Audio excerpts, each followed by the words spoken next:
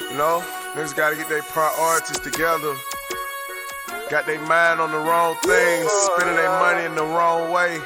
Trapaholics, real trap shit. Say you need that car with the rims and that charm, just like Jim.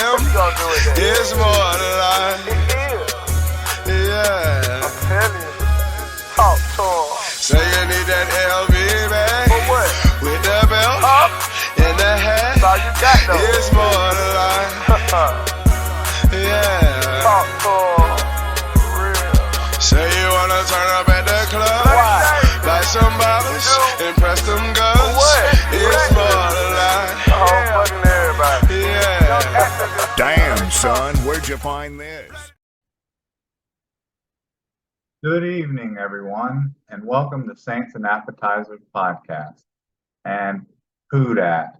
And we got some main course for you, a couple different little stories and some information, kind of giving you what's going on around the Saints right now. Nothing too serious, just getting into like OTAs and knowing who they're going to be practicing against. Joint practices and stuff during the off-season training camp, and even rookie quarterback Jake Haener kind of making a little bit of a fool of himself. But I think it was all in good fun. But first thing I want to get to is I've gotten to 50 subscribers. So I just want to shout out everyone that's subscribed and contributed to this page with likes and comments and everything like that. You know, only have 950 to go before we get 1,000 subscribers. But I appreciate all of those that have contributed. And you know, I've said it before. If you subscribe and I can identify you, or you comment, like, things like that, I'll try to give you a shout out. So just you know, that's been kind of slow going, but that's not 100% what I'm here for. So I appreciate all that. But anyways, let's get into some of these little news and notes that we've had over the last couple days with the Saints since Tuesday when OTA started. So can I get a menu? And first one is I was surprised about what is it? Attendance. Attendance is what surprised me. I was confused. I guess I'm kind of confused on that not being like as big of a deal as it used to be. That must have just happened in the last couple of years, where a player can usually it's a veteran player, can not attend voluntary OTAs. And because in the past, if something like that happened, that usually meant a player was disgruntled, or he was holding out, or wanted to be traded, or something like that. But man, the Saints had a bunch of players miss the first Tuesday OTA. Okay, let me go through here.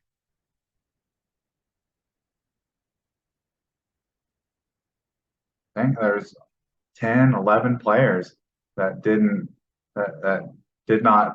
were not spotted at practice on Tuesday at the OTAs, and I'll just name them off real quick. So it's tight end Taysom Hill, wide receiver Michael Thomas, which that shouldn't be that much of a surprise. Marshawn Lattimore, Alvin Kamara, which that kind of, with his off the field issues and things like that, that's not really that much of a surprise. JT Gray, Demario Davis, Nick Salvaderi, who's the rookie that was just signed, but I think he has like a calf injury or something like that, so that's why he's missing.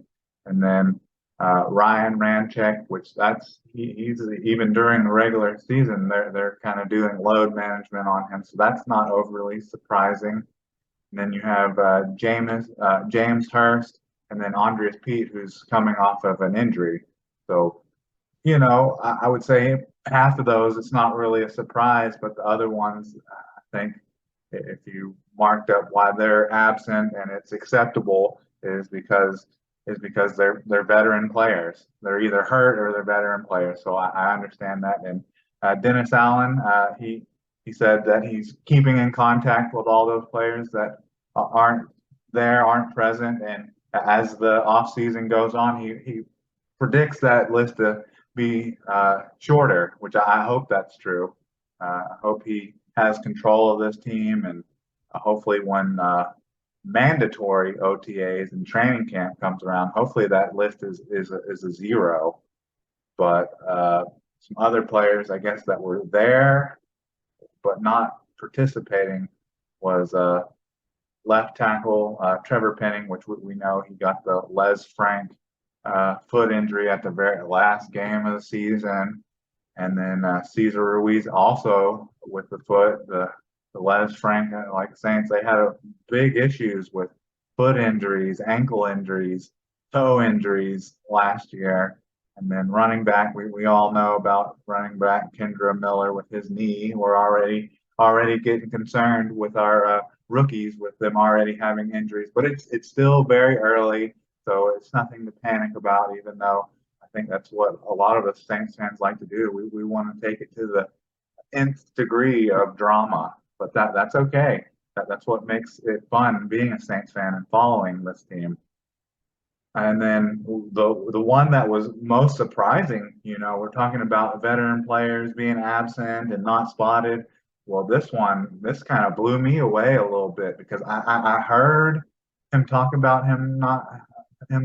about that he wasn't going to have any limitations or anything like that. But it was hard to believe that Foster Monroe was actually going to be there day one. And I also read somewhere that saying that he had like his last visit or last treatment for his lymphoma, Hodgkin's lymphoma, like the day before he signed with the Saints. So I mean, you put all that together, then it should be, fingers crossed that everything should be all clear with that. But yeah, Foster Monroe there on the opening day, and he's out there taking reps, catching passes from Derek Carr, which you love to see. And he looked healthy, looked like he had all of his muscle and weight on, and said that there was just no limitations, even doing third team reps, which I mean, my guess is he's going to be first string or just kind of sharing time with Juwan Johnson. So that shows that he's on one, but it was awesome to see him already. There's videos out there showing him catching passes from Derek Carr. So I'm all about that. It's great seeing a player like that story all together. I think if you follow any of my podcasts, you can follow the whole story just on my videos. If you guys want to go back and watch them, they're out there. From me saying like, wow, it's such a terrible thing that he's got Hodgkin's lymphoma, but it was great that the Saints signed him, to the fact that I couldn't see him signing with any other team, to the Saints, him lucking out, the prayers sent his way, but it also working out perfectly for the Saints. That doesn't look like there's going to be too much holdback or really anything wrong with him. So he may be there week one or even the preseason games. But that's awesome. Okay, let's get kind of silly here. We're getting silly here, and we're getting silly. I think you probably already know which direction I'm going in with acting a fool, making yourself look a little, definitely making an uprise on Twitter because of these photos that you're taking, looking like I'm talking about Jake Haener, quarterback Jake Haener, and he's looking like a model out of Dawson's Creek, or looking like Sonny from Sunshine, the quarterbacks from the movies. And even a couple of these got him doing Blue Still from Zoolander. And it's wild that a quarterback that's trying to make a name for themselves, trying to be respected in this league, would go out and take these kind of pictures.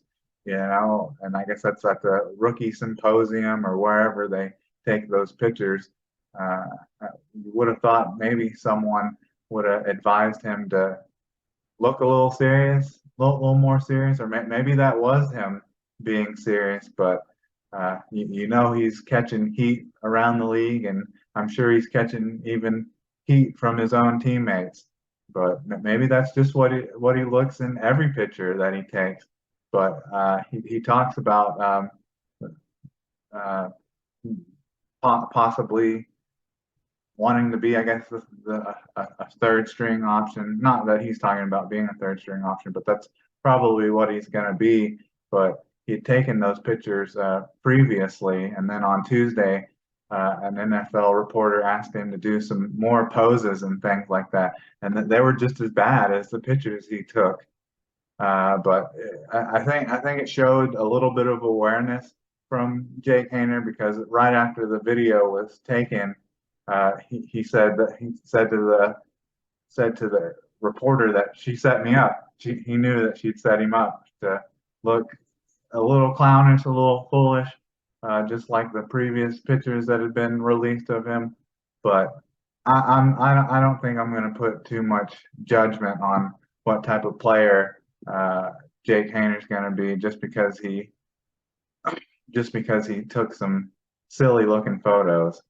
But hopefully this gets past him and he doesn't continue to catch too much heat, because I think it was all in good fun. He may, like I said, he maybe even took these pictures like this on purpose, just to show that he's got some character and some humility to himself. But definitely when the pictures and the pictures of profile pictures and things are posted, he'll definitely be the boy band, the pretty boy that everyone recognizes. And I think Derek Carr said that when he was at Fresno State, he didn't take any of those acting classes or classes where you increase your photogenic. But anyways, that's enough of that. That's always, all that kind of stuff's always in good fun.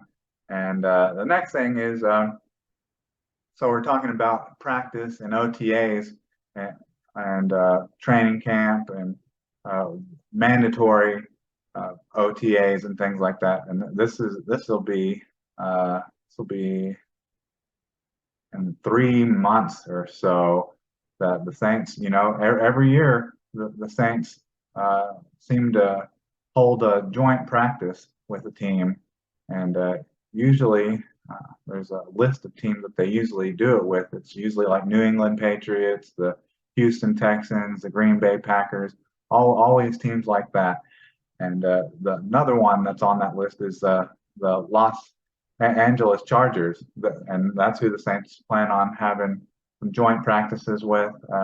Should be held kind of between August 17th through the 20th, and that should be around the time for just a couple of days before they have their preseason game, which is going to be the second preseason game, which that's now basically considered what used to be like the third preseason game, where you get the most of your time of your starters.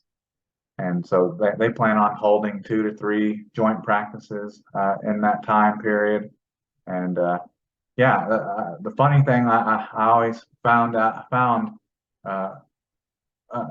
thought about these joint practices and things is, at least the majority of the teams were always teams that are kind of similar to the Saints, or at least good teams, because the Chargers were 10-7 and were in the AFC playoffs. And over the course of the years, when the Saints have played the New England Patriots and the Green Bay Packers and even the Houston Texans, because the majority of those practices that they had with Houston Texans, they actually had like Deshaun Watson. So it's just it makes sense that the teams that they're holding joint practices are also talented teams, and they haven't held a joint practice with the Chargers since 2019, because there was a little stretch there between 17 and 19 where they practiced with them every offseason. So uh, I like this. I like the joint practices. I'm a fan of it. It's an opportunity for your players to get a little rough, a little more rough, and a little more physical in practice because they're not having to worry about hurting their own teammates. That's a good thing. But they also get to play practice against a different group of players, and it's a talented group of players. This Chargers team, uh, they're talented from their wide receivers to their defense. You got Justin Herbert, who's one of the young, top up and coming quarterbacks. So to give your defense an opportunity to go against that is nice. It's nice. And I think talking about their defense, they have Khalil Mack and Joey Bosa on that team. So I'm a fan of these joint practices, and it's a plus that they're going against teams that are talented that can test them on offense and defense and even special teams. But anyways, I think that's all I have for you this evening. I'm sure there's going to be a lot more news and maybe videos of practice OTAs, which I just love that. This seems to be with seeing Derek Carr as the starting quarterback and seeing some of the players that he brought over from the Raiders with him, it just kind of, I always was talking about how Dennis Allen, felt like he was putting on the eye patch, and he's pretty much brought his entire staff from when he was the head coach in Raiders, and the Saints feel like the New Orleans Raiders kind of, but seeing a comparable I would say top 10, top 5 quarterback in the NFC now leading your team in practice. It gives like a whole new confidence around the team. But I'm ready for any little bit of news, and you know that I'll try to be here right here with you to go over it. But anyways, I think that's all I have for you this evening.